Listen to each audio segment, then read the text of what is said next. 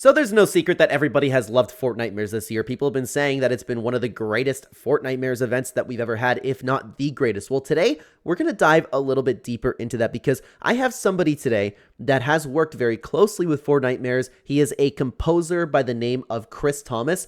I'm recording this before I actually had the privilege of speaking to him, and I cannot wait to dive into what exactly he worked with Fortnitemares, and we're going to talk about music in general, video game music, Fortnite music. I am very excited for the questions that I have prepared for him, and again, recording this before we're actually getting into it. I'm excited for this, guys. Hello, everybody. Welcome back to another video. If you're new here, my name is Kyle. I am your guy with many YouTube channels. Let's talk to Chris Thomas. Chris, thank you so much for coming over to the channel.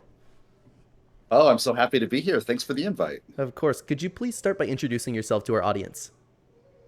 Well, I'm Chris Thomas. I'm a composer. I come from the world of film and TV.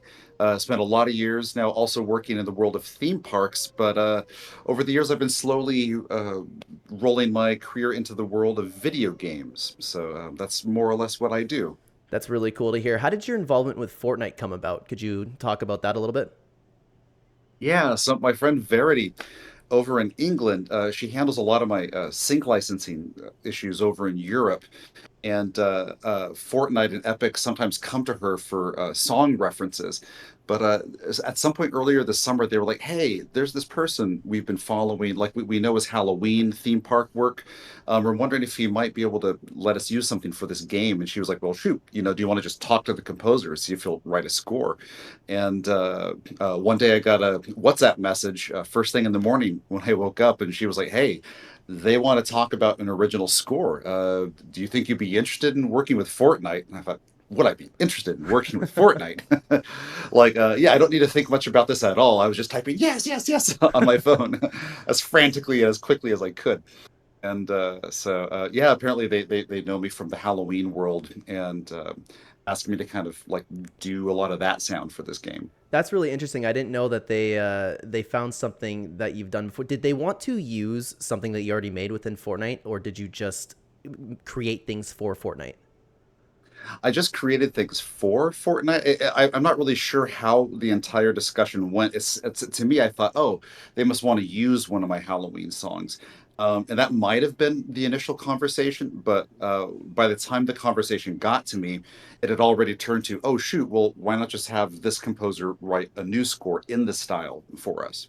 That's awesome to hear. So, just to be clear, was 2024 Fortnite the only one you worked on? Fortnitemares, excuse me. hmm Yeah, that was the first time I've worked with Fortnite, and it probably won't be the last. Oh, well, that's what I was going to ask you about a little bit. So, at what point in the development process were you brought in to compose music for it? Did they give you any of that information, or did they just say, "Hey, we need this type of thing"? It was, we need this type of thing. Long story, we won't go into it, and they never did, actually. So it's not like there's some dirt that I do know. It was more like, we need you fast. It needs to turn around immediately, and can you jump on today, sort of Oh thing. my God, yeah, that So sounds exactly like Epic Games. To be honest with you, this is actually something I was going to ask you for a little bit. Do you play Fortnite yourself? Not much. So the funny thing is, I don't really come from gaming. Like a lot of my friends who are composers in gaming. So like I went to school with Austin Winery, who does a lot of that game company stuff, and he was just a gamer early in life. And it's like he would go into meetings and be able to throw down about all of his favorite games growing up. Was super immersed in it. And I come from like cinema, watching like Kurosawa films or Jacques Demy movies and Fellini. And so I come from a very different world. But I think over the years of just working dramatic, music, game companies have started coming to me just for the musical storytelling. So I don't think it matters as much today if you're a composer who's gamed a lot. But over the years, it's like, oh, maybe I should like step this up. Now that I'm working in these universes, I should probably like get in some more gameplay time that's not part of the job. Well, the reason I was going to ask you it too, because it's funny that you mentioned like, hey, we need you right now, because Epic Games probably updates their game like, I want to say personally more so than any other live service game. So it's not shocking at all. Really? They were like, hey, we need you now. Okay. Let's go. Because they work update to update to update right away. It's really Yeah. crazy what they do. So I Oh, want, funny. I oh, didn't go think of ahead. that. Yeah, that's interesting. Yeah, Yeah. I always can't imagine how much hard work it must have been over at Epic. Are you able to share Yeah. what specifically you worked on at Epic Games? And I know that could be touchy from the side of Epic. That's a good question. There's a there's a lot of stuff. So I think it's more like I can't share samples of the audio. However, last night um, I poked around online. I was like, wait, I wonder if any of the music has gotten out, and people have figured out how to like phase cancel out sound effects from the game and just Mm-hmm. record the audio alone. And so I found a whole playlist of all the tracks. I was not Oh, all no of them, way. a whole lot of them. So it's becoming a little more public because people will always find a way. But there's a lot of like big bosses and a lot of ambient scenes that are pretty findable if you just search around a little bit. Yeah, and Epic Games, and it's really cool that you worked with them too, because Epic Games, like, especially with their sound team, that's something they get praised for a ton. So it's really cool to Yeah. be able to work with Epic, and they did a great job this time around. All the music, all the ambience, they take Uh, their Halloween events like insanely seriously, which is awesome. And like they do such a good job at just capturing like the whole kind of spooky vibes whenever you visit a certain place. So the mm, sound in general, the music they yeah. knocked it out of the park this time around. It, Yeah, people seem to be responding pretty well because I never know if they will because like I'm too close to it to know if it like works at all. mm-hmm. I'm just glad when the client's happy. It's like, hey, what about this, this, and this? It's like, oh yeah, direction two, let's go that way. And then stuff comes out and we're all just like, I hope people like Well, it. I can tell you actually, for me personally, this is the best they've done in years for Fortnitemares, like with Mm, everything. And I know there's a mm. ton of people within the community that think this is the best period they've ever done. I was pretty impressed. I wasn't expecting quite what I ended up seeing because they came to me, they're like, oh my God, we're not saying we're panicking, but oh my God. And I was like, oh, I wonder what state this will be in. But it was just spectacular. And I thought, oh, I can't figure out what anyone would be panicking. I mean, maybe we all don't know what goes on behind the scenes, and they sure didn't let me see. But it turned out beautifully. Like it was really fun wandering through all those worlds. Oh, I It can't looked imagine. beautiful. I can't imagine.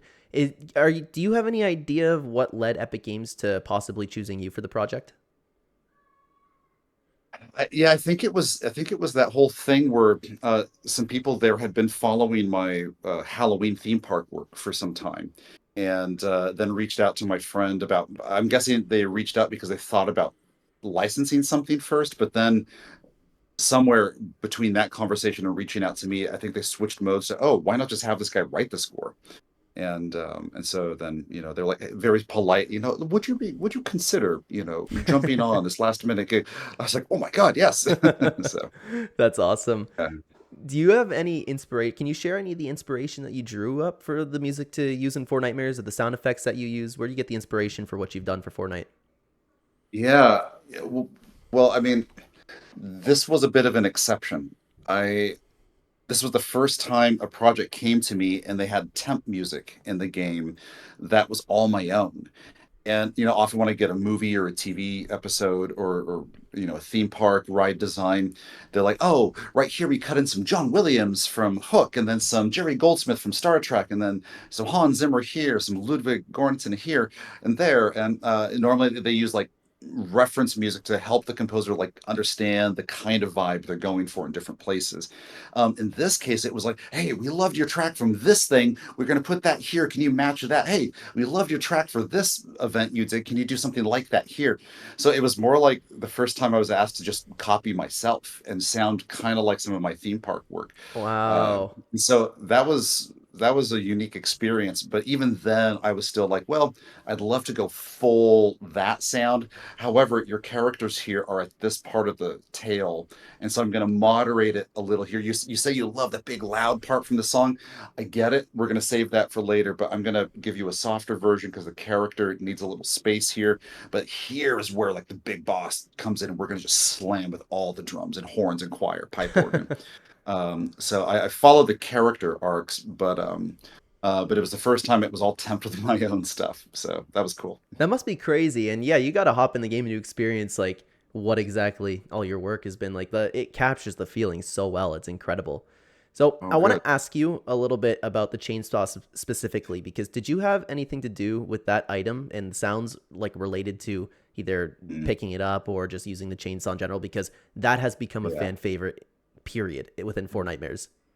Yeah, so I had nothing to do with the sound design side. They have a whole team who was working on that, and I didn't even hear all that stuff before it came out. I was just more like, right here, we're swinging the saw, we're coming out the door, pushing you back, pushing you outside. So I was just reacting with panic with the music, but the sound team were the ones who got in there and did that. I So I understand. wish I could take credit, but nope, not me. It's hey, it's all good. What about any challenges or limitations with working at Epic Games? Did you have any challenges with working them, or was it smooth sailing, or were did you given Oh. like complete creative freedom? It was a lot of creative freedom within certain confines. It was like, okay, here's the sound we're looking for. Send us a version. And then from there we'll tweak it or dial it in. And I don't think they threw anything out. There was one track I kept it, but I just did a different version instead of having a little girl solo singing a part. I just had like a scrapey violin and this broken piano doing it instead. They just didn't like the voice, and so I swapped it out. But it was actually pretty darn smooth. The biggest drama was I ended up in the hospital right after starting the game, Oh and no. and Can I ask, or is that private oh yeah. information? Oh no, no. In fact, I wish I could send you these right now. I even have pictures, all hooked into tubes, in a hospital bed working on this game, Oh my and god. I eventually had to admit to them, all right, y'all, I gotta come clean. I broke a spinal disc, my legs don't move, and I'm stuck in a hospital in San Diego. Oh my And god. and I've since been able to walk, and I'm going to be going in for spine surgery in the very near future to get this fixed up for good. But this was like the start of August, and I was like, wow, I'm on this Fortnite game, but I have to go to Montana for a week and like camp out and work with these filmmakers on this new movie that's coming up, in a year. And so I was out in this tent in the wilderness trying to charge my laptop because it dropped on me in the middle of nowhere, and I had all this travel coming up, but I couldn't say no to Fortnite. And Mhm. so I'm like composing these cues in the weirdest environments. I'm like in a tent, just with wind whipping around, like trying to write battle music. And then I'm at like Oh. a cabin working in a small room. And then I fly to San Diego, bust a spinal disc, and I'm in the hospital trying to write cues in between medication doses every 6 hours when I'm like not, when I'm less loopy. And so this game was was weirdly challenging in those ways, but Epic and Fortnite were just so cool. They were really supportive, helpful, and there was like no creative friction. It was just all physical stuff. I So, I could imagine. Are you comfortable yeah. sharing with what happened to your spine? If it was one specific thing, I couldn't say. Okay. Some people, it was a random deal. Like some people think, like, oh, maybe it's all the years in martial arts when you're getting thrown into the ground over Oh, and over. hang on, hang But on, I hang on. think, That you're jumping into my world now. I spent my entire life doing martial arts. What do you do? ooh, yeah, I had a good decade, like competing in Muay Thai, and then I started picking What? up jujitsu. Oh my Yeah. god! Literally, Muay Thai and Jiu Jitsu were my two specialties throughout my life. I'm not even kidding. Wait, are you serious? Yeah. Oh my goodness. Yeah, my those made my world go around. Well, it was Muay Thai for a long time until a 5'2" girl in the gym took me to the ground, choked me out in a triangle hold in about 4 seconds. And and I'm about 6 feet. And Oh so my god. and I realized, oh, 'cause I always thought, oh, just don't fall over when you're next to Mhm. a grappler, but no, they'll just take you down. Yeah, And it's she tied me into a pretzel. Yeah. it's funny how that works, especially with taller people. They fall. It's Yeah. just unfortunately how it works. So I do understand the long term damage on your body, and that sucks. Though hopefully everything works out for you. Must have been Yeah. very difficult to work in a hospital. I can't imagine that. What did Epic Games say, or were you talking to like? I would imagine. Do you talk to one person at Epic? Yeah, I had one point of contact between the two companies who was like one of the two creative directors for Fortnitemares. And so he was getting information from the teams on different sides of it and just helping me like process what they were asking for. And they would send me notes from everyone. And he'd be like, let's just distill this into one direction here. Let's make these changes, then we'll send it over for approval. So it was super smooth. And they were just super friendly, flexible, creatively helpful.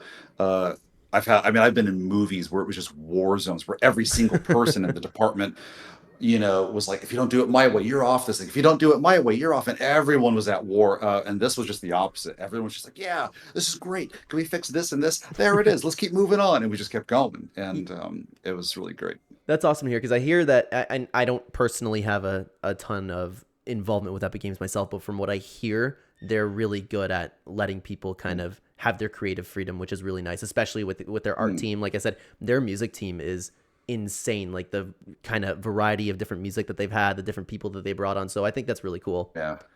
Were there Yeah. No, yeah, it was actually very smooth. There was never obstacles. It was just helping me just get a bigger and better sound. So. That's awesome. That's amazing. Was there any talks to work alongside Epic Games again? Because I know you mentioned that it wouldn't be the last. Is that something that you want to do, or did Epic Games reach out to you at all for something else, even just for another Fortnitemares next year? Let's say I can neither confirm nor deny That stuff coming up in the very near future. I understand. I understand. Is there anything that you're allowed to share about, like anything that you would like to work on with Epic Games? They do a lot of different stuff, like regarding just events in Oh, general too.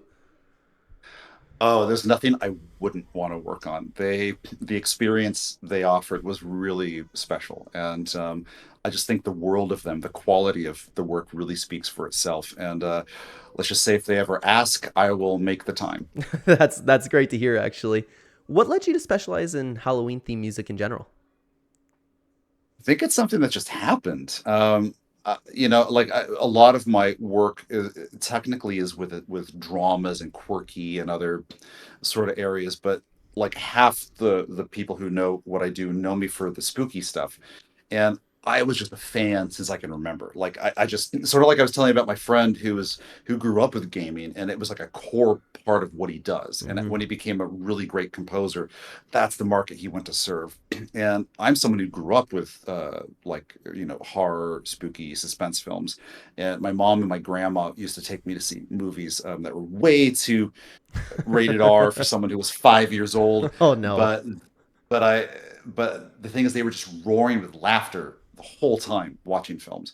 And I would see very scary things, but they just thought it was hilarious. And I realized immediately, like, oh, this isn't scary. It's fun. I mean, it's spooky, but it's a good time. And so I never associated like actual dread or terror. So from like age 5 onward, I just loved everything about the genre. And then my first mentor in Los Angeles was Chris Young, and he did like Nightmare on Elm Street, Hellraiser, Grudge, Drag Me to Hell. So like he's like Hollywood scary music guy.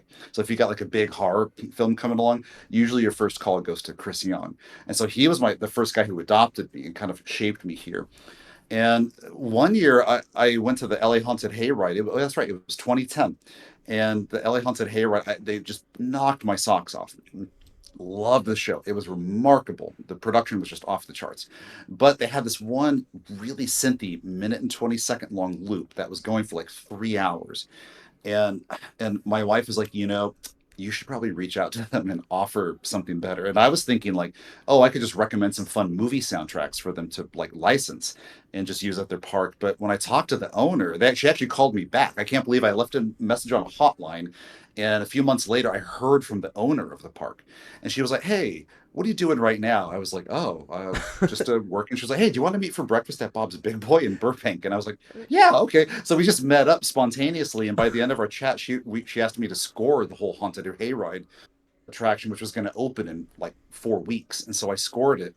And then the next year, all these other theme parks in Southern California wanted their own original score, and then suddenly all over the country, and then Canada and England the year after. So suddenly everyone just was like, "Oh, this is like a spooky theme park guy," and so suddenly I just became like this fixture in the Halloween world. Wow. Okay. How'd that make you feel?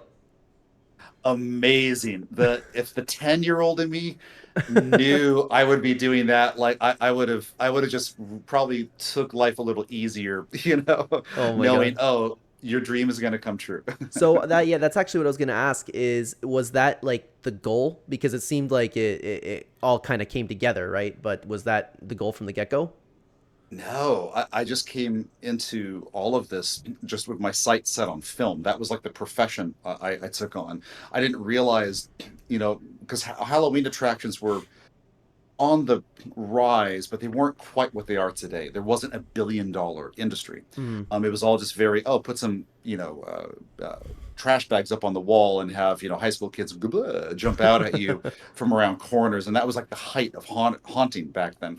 Now it's these insane productions where you're the main character in a story going through these elaborate multi-million dollar attractions, just having extra. I mean, and they put the production work and with lighting, set design, sound. I mean, it's just exquisite stuff.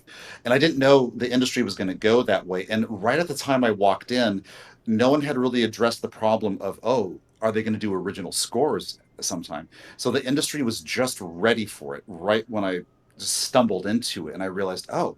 Yeah, if there's other bigger parks who want to do this big original soundtrack thing, I'll do it. And I just never dreamed it was going to be an option.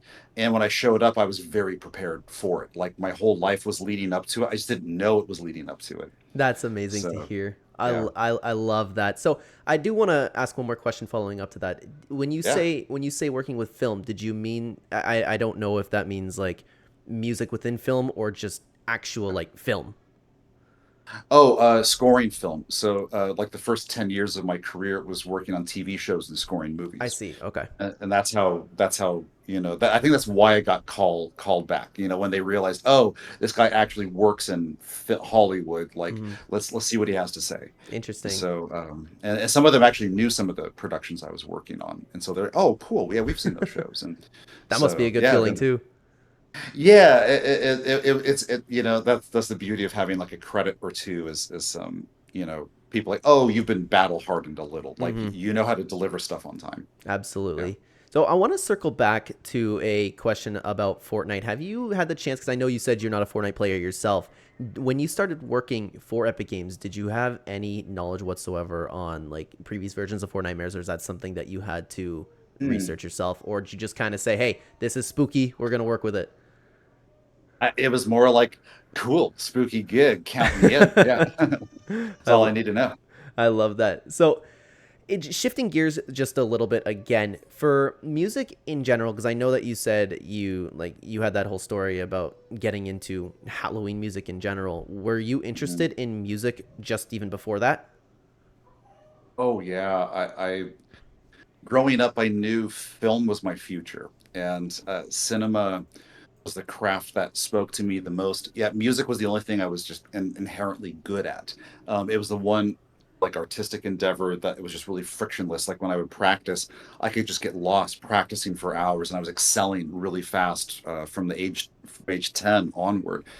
And then when I picked up the cello, which became the instrument I went to college with, that was the one I was really trained on. And the more I just practiced, the more it really paid off, and I was just accelerating. I thought, oh, music is for me. So, and by the age like 12 or 13, I knew my life would be all about studying music in order to serve filmmakers and storytellers of any kind. But film was the one market I felt like I understood the best, because like movies have always been my obsession and just the craft of cinema. And so I just apply my musical life in service to that. That sounds great, actually. It's always nice when things work out from a young age too. If you have a passion, you just Yeah. follow it through. So it makes me happy to hear, honestly. Is there anything Yeah. that you would like to work on one day that you haven't been able to work with? Oh my God. There's a lot of things. Um, I'd love to go farther into the gaming world. I've always wanted to, but I always figured, I'm not one of those people who's been a lifelong gamer. But over the years, they keep coming to me, and so I'm thinking, oh, well, I think that's changed. They're looking for just the better composer and storyteller, and not the person who's been a lifelong gamer. Mm-hmm. And so they're pulling more from like over the years. You probably noticed they're pulling way more from the film world. Mm-hmm. And but really, I have this crazy dream of wanting to score like a really dark, twisted Cirque du Soleil show. Something about the circusy, crazy, stunty that aesthetic. And I don't know what kind of theme it would be, but I would just love to do a dark Halloweeny Cirque du Soleil show. I've always just wanted to. Hey, that sounds great to me. I'll be looking out for it. Now, do you have Yeah. any advice for any aspiring composers looking to make it into the industry, both in general and with Halloween or, excuse me, video game music Mm. specifically, either in general or one of those two things? Yeah. In general, I would say don't forget your craft is music. A lot of people right away, and this is a trend over time that's becoming very pervasive where um, young musicians are realizing, oh, there's all these great sample libraries with all these great looping figures and MIDI chord packs, so I don't even have to come up with harmony. They drag in like preset chord progressions and then just samples that can loop, and just strings and percussion can just kind of loop for you with just holding down a chord. And um, and it just sounds exactly the same as everyone else's. And most young composers that reach out to me have nothing to say. Music is just this quick, kind of easy bake oven, turnaround, and it has no distinction whatsoever. It sounds epic, and it can sound really good, but I realize the race today is almost like a race to have no voice. And whenever like a video game or immersive company like the Void 4D game stuff, when they came to me, they were like, "Oh man, those tunes, like something about those melodies and the way you write, it's just like compelling." And then Fortnite specifically is like, wow, we love the tunes in your writing. Like we'd love more of that. And then in recent conversations, we just kind of caught up, actually just a few days ago, about some stuff, and they were like, "Oh man, the team loves these melodies. They're surprising, yet they're easy to listen to. They're big, and they're like when one melody finishes, another one comes up on. So like, and what I'm hearing is, oh, that's the craft of music. Like I put the art form first, and not convenience for myself first, and I try to do unexpected and colorful and surprising things, and that always just keeps my career going. And the more basic people get, the more replaceable they are by someone cheaper. And so, you want to be in the position where a company like Epic Games or Fortnite comes to you because they're like, we don't know what that sound is, but we want it. And so be distinctive. That's very powerful. I actually, now that you mention it like that, I wouldn't have thought about that, but that makes a ton of sense. Yeah, and of course, networking, getting to know people. But if you have nothing to sell that's worth their time and money, like what are you selling? Mm-hmm. Like be a master of the craft and elevate it as high as you can. Every day, I'm trying to. I feel like I'm starting from scratch, really trying to just write a little better than I did the day before for this orchestra, or just do something else unexpected in the thing I'm working on right now. And if I want to surprise myself, and if I can be surprised and like inspired by a funny, sometimes just a slip of the finger will show me something I didn't know was there. And if I feel it, the client will feel it, and you want them to be surprised and delighted. That's So that's fantastic. Thank you for sharing that. I appreciate it. certainly. So we are heading towards the end of the questions that I had laid out for you. Do you mind if I ask you before we wrap up a couple questions out of my own selfish interest? Yeah, even better. So I want to ask one thing that I thought about as we were speaking, and something that I, of course, like not on this specific gaming channel, but we have mentioned it throughout. Something that I do preach is that how good for you martial arts is. Can you share a little bit as to like perhaps how that's helped you throughout your life or why people should get into it?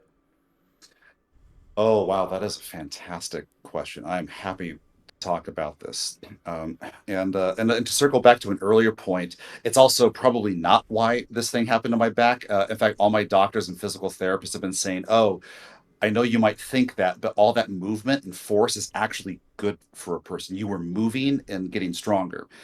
They're like, it's the 20 years of sitting on your ass for 14 to 16 hours a day writing music that broke your back.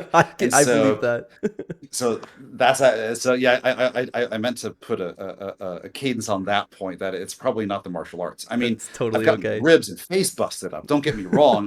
Breaking ribs is no, or snapping my toes in different Mm-hmm. directions is no fun. Those heal. Um, I didn't. The thing is, I didn't know how powerful the experience was going to be. I just saw Muay Thai on TV. I saw a competition, and it looked like magic. And I thought, how do they do that at point blank? You're not trying to get a lot of distance. You're trying to wrap in and get those elbows and knees at Mm-hmm. close range going. And I thought, how are they? It just looked like a mystery. And when I showed up to the first class, I could only train in the middle of the day when the title belt fighters were training. And they all knew right away, oh, this is your first day, isn't it? And instead of just, whooping my ass down until one day I could rise up and like fight back, it was more like I had this whole room full of people who became my personal coaches and my mentors. And little by little, class by class, they would challenge me little by just with one little thing that hurt a touch. And then I knew, block this way, lift my knee to block that kick. Don't, don't put your hand out, things like that. And then every class I realized, oh, I'm walking in every day a little bit afraid because I know they're going to push me just a touch further. And it was like every couple days I had to go in, face fear, and come out knowing I could do it. And I felt stronger. And after years and years, suddenly I really realized, wow, I do have some really good self-defense instincts kicking in. And and I realized the value of it, and not just the community and how much I was adopted into this new family who became a really important part of my life. And I didn't realize I needed something like that. I realized it made me realize how isolated my career has made me, and they were the ones who brought me out of my shell. Um, but I've never had to use martial arts in public, or I've never been attacked. But I realized the other value was one time, this person may have been homeless, probably on some sort of substance. I was with some friends in Madison, Wisconsin. This guy stumbled out of a doorstep, and I could feel him coming behind me, and I felt him wrap around my back, Oh. all of a sudden. And the minute I felt him hit me, I knew it wasn't an attack. And everyone everyone I was with was like, screaming, "Oh my God, shoot him in the face!" But the instant I felt him, I was like, "Oh, that's not an attack." And instead of swinging and just throwing elbows, I was able to just kind of let him hold on. I just kind of stepped aside and just talked. I was like, "Hey, like looks like you need to steady yourself." And I helped him kind of stand up, and we just kind of went on our way. And I realized, oh, that could have been a lot uglier if I were more reactive and I didn't Hmm. physically know the difference. We lost you for a second. I'm so sorry. Oh, oh, that's okay. We would you mind just repeating that point you said? You said that you would have known the difference. You did know the difference. Sorry about that. Oh, that's okay. Yeah, yeah. That point being, um, the great part about this martial arts training is I could feel the difference between what was an attack and what wasn't. And the beauty of this situation is there was no violence. I wasn't reactive to it because I knew I wasn't in danger, and so somebody didn't get hit because of martial arts training. And I thought that was a really valuable thing to know. Yeah, absolutely. I've never had an experience like that myself, but I definitely would. I definitely understand what you're talking about. That I would be able to feel the difference Mm, too. And you just walk through life with a different level of confidence as well. Like if something right. did happen, you wouldn't be reactive and maybe do something that would not not benefit the both of you, right? Well, that's the thing. Once you've had your face broken up enough, and you get out on the street, like every now and again, I've run into some sketchy characters, and all I'm thinking about is, oh man, we're on the sidewalk. Like this isn't good. And Yes. all your calculations for like if this be if we engaged in something dangerous, like there's just like you learn how fights really go. You just get hurt, Hmm. and there's no just magic. Oh, do this one thing, brah, and it'll just totally deflect all punches. One hit knockout. It's like no, no, no. It's messy. And if you go to the ground, there's a good chance you're going to break your own elbow, or Hmm. I mean, you just do not want to fight. And when you know how to fight, you realize that it's not what you want to do, and you will do anything to avoid it. Yep. And that's a valuable thing to know, just how to drop that needless version of pride and not put yourself or others in danger. Because like you start a fight in one way, it could escalate into lots of other things, and like it's just never worth it, until you're actually truly in danger. Someone comes swinging a blade at you, it's like it's do or die. You have to do something. But short of that, there's no good reason. Yeah. You're absolutely right. Thank you very much for sharing that. I appreciate that. There is one more thing that I did want to ask you. When I was doing research for this video, I noticed that it mentioned that you've worked alongside Bob Odenkirk. Are you able to share anything about that? Yeah, I was working on a short animated film called Moose, and we had Kathy Bates, Samuel L. Jackson, Bob Odenkirk come in to record. So I was in the studio with these guys, Oh, wow. and yeah, and Bob Odenkirk is great. He's a really sweet guy. He got a bunch of pictures with us. Same as Samuel L. Jackson. Really cool people. And of course, if you ever like meet Kathy Bates or Samuel L. Jackson, you realize right away why they're A-list and why they've always been on the A-list for so many decades. And we get some like we've had like some B and C level people come in do voiceovers, and they get very moody, and there's a lot of demands, and like I need this kind of fizzy water, not Perrier. They're the ones with all the attitude, and they often don't help you very much with what you do. These guys show up, and they were like, okay, they've got 100 notes on every page, and they're like, great, can we record this here? But then could we jump right to the end of the script, drop this line, and because I had noticed a connection from here to here in the script, and like, can I try treating that and the delivery when it comes back later differently? It's like they dissected it to pieces, and they were so ready, and they would stay for extra hours and just do 100 other takes, and they asked for a lot, and we had a lot of different ideas in mind, but they had 10 times the number of ideas for how to help us get options for the voiceover. I mean, they were so much farther ahead than even we were, and we were supposed to be in charge. And just no attitude. They came in and they just wanted to know if they got it right. What can we do better? What can we do better? I've also noticed this and this in the script, and they wanted it to be the best it could be for our sake. And it's like, oh, this is why everyone will always work with you. And it was a good lesson for me as a composer, like the way Bob Odenkirk comes in and just wants you to be thrilled with the quality of his work. I thought, if Bob Odenkirk is the most humble guy in the room who wants us to be the happiest we can be, I should probably bring that into my work. I should stop just thinking about what works for me, but just this is really all about the client. And it's this attitude that's probably carried him so far. And all the others like him were the same way. So it's like we should all be a little more like them. That's So, awesome to hear. It's always nice when they create the good work environments like that, because you do hear oh stories yeah, like you said about like you mentioned the fizzy water type thing, right? So that's always yeah, nice to see that people always been remain there, humble as well. Yeah, I can imagine. Yeah, yeah. I wanted to ask because I think that Better Call Saul might be one of my favorite shows of all time. Oh Have you seen that one? yeah, yeah. It's I I don't was a huge Breaking Bad fan same too. Yeah. same. I did you like it better than Breaking Bad? I don't know that I liked it better. I liked it just in a different parallel. I mean, they were similar, but also not similar. Hmm. And I love that it was a spinoff that really was just that held its own so well, like surprisingly well. Yeah, So, I personally don't think that you can beat the storytelling. Like it was no, phenomenal. But absolutely. that is all of the questions that I did have for you. There's one thing that I definitely want to say is, first of all, thank you very, very much for your time. I appreciate it. And Fortnitemares, at the time of us recording this video, has about a week left. You have to experience what you've done. It's incredible.